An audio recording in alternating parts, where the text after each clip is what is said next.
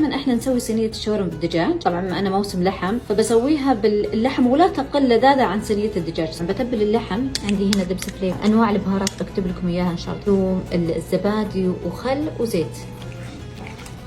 شلون شرايح اللحم مقطعه، يعني يا تقطعونها عند الجزار او تقطعونها وهي شبه جامده. اسهل لك بتبلها واخليها اقل شيء نص ساعه.